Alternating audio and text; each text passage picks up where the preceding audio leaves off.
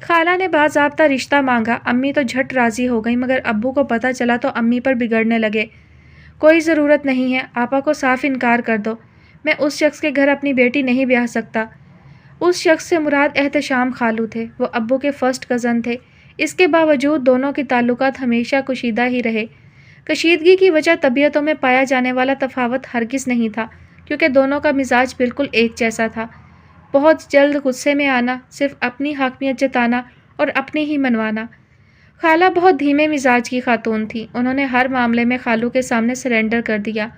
نتیجتاً زندگی کچھ سکون سے گزری، مگر یہاں امی نے بھی دبنا نہ سیکھا تھا، سو زندگی بہت ہنگامہ خیز رہی، اور دونوں خاندانوں کے درمیان تعلقات کی نوعیت بھی ایسی ہی تھی۔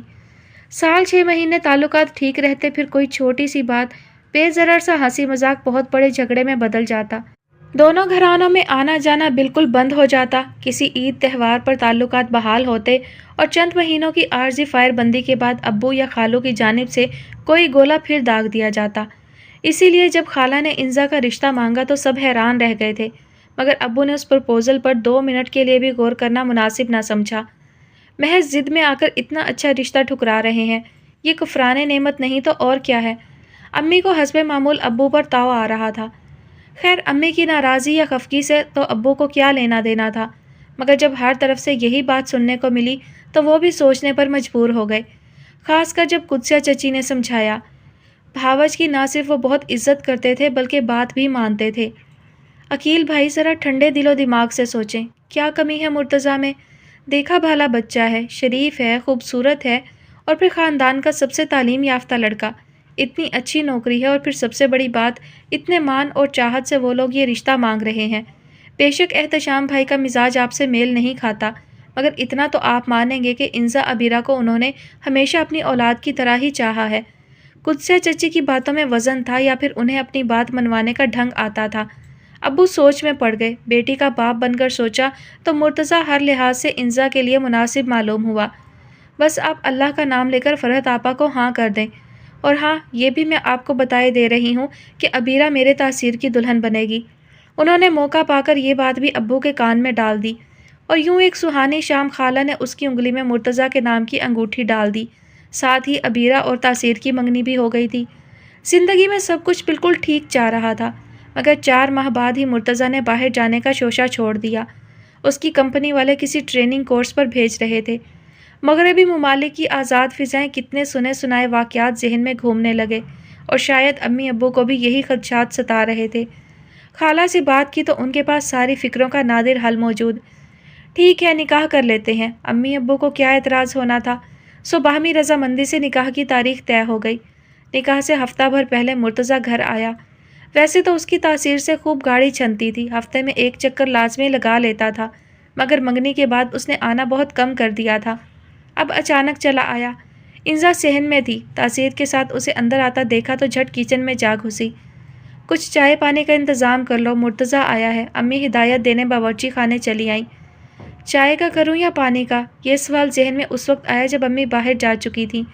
مدد کے لیے جھانک کر باہر دیکھا، برآمدے میں تخت پر گاؤ تکیے سے ٹیک لگائے مرتضیٰ بیٹھا تھا، ساتھ ہی تاثیر تھا۔ اسے جھانکتا دیکھ کر تاثیر اٹھ آیا۔ چائے بناؤں یا کولڈ ڈرنک؟ اسی سے رائے لی۔ وہ مسکرایا۔ کولڈ ڈرنک ٹھیک رہے گی، تاثیر کے مشورے پر سر ہلاتے ہوئے فریج میں سر گھسایا۔ ہائے، یہ 1.5 لیٹر کی پوری بوتل کون پی گیا؟ تم ٹھہرو، میں ابھی لے آتا ہوں، ساتھ سموسے بھی لیتا آؤں گا، آج مرتضیٰ بہت دن بعد آیا ہے، تاثیر کہتے ہوئے چلا گیا۔ وہ سنک میں پڑے برتن دھونے لگی۔ باہر جانے کا مطلب تھا کہ مرتضیٰ کے سامنے سے گزرنا پڑے گا، اور اس چیز کی ہمت وہ خود میں نہ پاتی تھی۔ کہنے کو وہ سگا خالہ زاد تھا، مگر بے تکلفی نہ ہونے کے برابر۔ گھر کے لڑکوں سے مرتضیٰ کی خوب بنتی تھی، ابیرہ سے بھی خاصی سلام دعا تھی، مگر اسے دیکھتے کے ساتھ ہی ساری بے تکلفی اور خوش مزاجی بھاپ بن کر اڑ جاتی۔ بہت نپے تلے انداز میں سلام کا جواب دینے کے علاوہ اس کی یادداشت میں کوئی ایسا لمحہ مکید نہ تھا جب مرتضیٰ نے اس سے کوئی فالتو بات کی ہو۔ اسی لیے تو جب خالہ نے رشتہ مانگا تو 3 دن تک وہ گویا سکتے کی کیفیت میں رہی۔ چوتھے دن جب حواس کچھ بحال ہوئے تو توحید نے یہ کہہ کر سماعتوں پر بم پھوڑا کہ یہ رشتہ مرتضیٰ کی خواہش پر طے ہوا ہے۔ اب توحید کی CID تو خاندان بھر میں مستند تھی، سو یقین کرنا پڑا، مگر یقین کرنے کا نقصان یہ ہوا کہ اگلے 3 دن تک پھر سکتے کی سی کیفیت طاری رہی۔ آخر جب مرتضیٰ کے نام کی انگوٹھی انگلی میں پہنائی گئی تو اپنے اور اس کے درمیان رشتے کا یقین آ گیا۔ محبت پر یقین خیر اب بھی متزلزل تھا، اور آج یہ مرتضیٰ صاحب جانے کہاں سے آ نکلے ہیں۔ منگنی کے بعد تو جیسے یہ گھر علاقہ غیر بن گیا تھا، اب نکاح سے پہلے آ گئے ہیں۔ شاید تاثیر سے کوئی کام ہو، انہی سوچوں میں غلطاں وہ برتن دھوتی رہی، اتنے میں ہی پیچھے قدموں کی چاپ سنائی دی۔ پلیز تاثیر، 1 منٹ رکنا، میں بوتل گلاسوں میں ڈال دوں، تم خود ہی باہر لے جانا۔ مرتضیٰ بھائی کے سامنے جاتے ہوئے میرا سانس رکنے لگتا ہے۔ اس نے دیگچی مانجتے ہوئے اسے مخاطب کیا۔ پہلی بات تو یہ ہے کہ میں تاثیر نہیں مرتضیٰ ہوں، دوسری بات یہ کہ اب میرے نام کے ساتھ بھائی کا دم چھلا ہٹا دو، اور تیسری بات یہ کہ میرے سامنے آنے سے تمہارا سانس کیوں رکنے لگتا ہے۔ دیگچی اس کے ہاتھ سے چھوٹ کر فرش پر گری، خاصا زور کا دھماکہ تھا۔ آپ مرتضیٰ بھائی السلام علیکم۔ حواس کچھ بحال ہوئے تو مری مری آواز میں سلام کیا، جواباً بڑی سنجیدگی سے سلام کا جواب موصول ہوا۔ کیسی ہو؟ کہیں اس کے کان دھوکہ تو نہیں کھا رہے تھے؟ اس نے غور سے مرتضیٰ کو دیکھا۔ سنا نہیں، پوچھ رہا ہوں کیسی ہو؟ وہ خاموشی پر جھنجھلا گیا۔ ٹھیک ہوں، بوکھلا کر اتنی ہی تیزی سے جواب دیا۔ تمہیں معلوم ہے ہفتے بھر بعد ہمارا نکاح ہو رہا ہے؟ ذرا توقف کے بعد پوچھا۔ آپ یہی اطلاع دینے آئے ہیں کیا؟ وہ پوچھنا تو چاہتی تھی پر خاموش رہی۔ جب منگنی ہوئی تھی تو یہ طے ہوا تھا کہ 1.5-2 سال کے بعد شادی ہوگی، پھر 4 ماہ بعد ہی یہ وعدہ خلافی کیوں؟ وہ لب بھینچتے اس سے جواب طلبی کر رہا تھا جو خود کسی گنتی میں شمار نہ تھی۔ صرف اس ڈر سے کہ میں باہر کی آزاد فضاؤں میں بہک نہ جاؤں، مجھے اس بندھن میں باندھا جا رہا ہے۔ اتنا بے اعتبار ہوں میں تمہارے لیے؟ وہ سنجیدگی سے پوچھ رہا تھا، خود بخود اس کا سر نفی میں ہل گیا۔ پھر خالہ خالو کو سمجھاؤ کہ ابھی نکاح کی بات نہ کریں، 1.5 سال کی بات ہے، میں ٹریننگ مکمل کر کے آ جاؤں، پھر شادی کے متعلق سوچوں گا۔ میری بات کون سنے گا؟ وہ منمنائی۔ دیکھو میں امی سے بات کی ہے مگر ان پر خالہ خالو کا دباؤ ہے، تم اپنے والدین کو زیادہ بہتر انداز میں سمجھا سکتی ہو، انہیں یقین دلاؤ کہ تمہیں مجھ پر اعتبار ہے۔ سال بھر ہی کی تو بات ہے، ورنہ میں یکسوئی سے اپنا کام مکمل نہیں کر پاؤں گا۔ میں خواہ ڈسٹرب ہو گیا ہوں اس فضول کے شوشے سے۔ وہ سخت بیزار نظر آ رہا تھا۔ کرو گی خالہ خالو سے بات؟ اس نے پھر پوچھا۔ جی، خود بخود اس کی گردن اس بات میں ہل گئی۔ گڈ۔ وہ مطمئن سا ہو کر باہر نکل گیا، تبھی تاثیر بوتل لیے اندر چلا آیا۔ تمہیں کیا ہوا ہے؟ اس کی آنکھوں میں امڑتے آنسو دیکھ کر وہ پریشان ہوا۔ کچھ نہیں، ہاتھ جل گیا ہے، اس نے بہانہ تراشا۔ تو رو کیوں رہی ہو؟ برنال لگاؤ۔ وہ اسے ڈانٹتے ہوئے خود ہی بوتل اور گلاس لے کر باہر چلا گیا۔ کتنے ناخوش لگ رہے ہیں اس رشتے سے، اور توحید کہتا تھا کہ ان کی مرضی سے رشتہ طے ہوا ہے۔ ابیرہ آئے یونیورسٹی سے تو اسی کے ذریعے امی کو کہلوا دوں گی کہ کوئی ضرورت نہیں ہے نکاح کرنے کی۔ آنسو پونچھتے ہوئے اس نے فیصلہ کیا، مگر ابیرہ کی طبیعت خرابی کی وجہ سے اس فیصلے کو عملی جامہ نہ پہنایا جا سکا، اور اگلے ہی روز خالہ اس کے ناپ کا جوڑا اور پسند کا رنگ پوچھنے آ گئیں۔ میرا تو خیال تھا کہ سرخ جوڑا لوں، مگر مرتضیٰ کہنے لگا کہ امی سرخ رنگ تو رخصتی پر ہی اچھا لگے گا، نکاح کا کوئی ہلکا رنگ لے لیتے ہیں، گلابی کیسا رہے گا بیٹی؟ خالہ اس سے مخاطب تھی۔ ہاں ہاں، بہت اچھا لگے گا، اور آپا تم بھی تو مرتضیٰ کا ناپ دو۔ توحید کہہ رہا تھا کہ نکاح کا جوڑا ہم مرتضیٰ کے لیے خود خریدیں گے، کوٹ پینٹ ہی پہنے گا نا مرتضیٰ؟ امی اب خالہ سے مرتضیٰ کی پسند پوچھ رہی تھیں۔ وہ چپ چاپ وہاں سے کھسک لی، اور شاید مرتضیٰ بھی بادل نخواستہ ہی صحیح پر اس نکاح پر راضی ہو گیا تھا، جبھی تو خالہ ہر بات میں اس کا حوالہ دے رہی تھی۔ اس کے سینے پر دھرا بوجھ ہٹ گیا۔ بس ویسے ہی بعض مردوں کو شوق ہوتا ہے اپنی بیویوں کو انڈر پریشر رکھنے کا، مرتضیٰ بھی ایسے ہی لگتے ہیں۔ اس روز کیسا فوں فاں کرتے آئے تھے، اور اب نکاح کا جوڑا بھی خود پسند کر رہے ہیں۔ وہ ہلکی پھلکی ہو گئی۔ پھر تو تیاری میں دن گزرنے کا پتہ ہی نہ چلا، اور اب سفید ہتھیلیوں پر رچی سرخ سرخ مہندی کو دیکھ کر اسے یکدم ہی مرتضیٰ یاد آیا تھا۔ اس کے تصور سے ہی ڈھیروں شرم نے آن گھیرا۔ ابیرہ کے بقول چٹ منگنی پٹ بیاہ والا محاورہ تو سنا تھا، مگر یہاں چٹ منگنی اور پٹ نکاح والا معاملہ درپیش تھا، اور یہ ابیرہ کی بچی، مجھے بھوکا ہی سلانے کا پروگرام تھا اس کا۔ اف، کتنی زوروں کی بھوک لگ رہی ہے۔ اس نے دبے پاؤں باورچی خانے کا رخ کیا تھا۔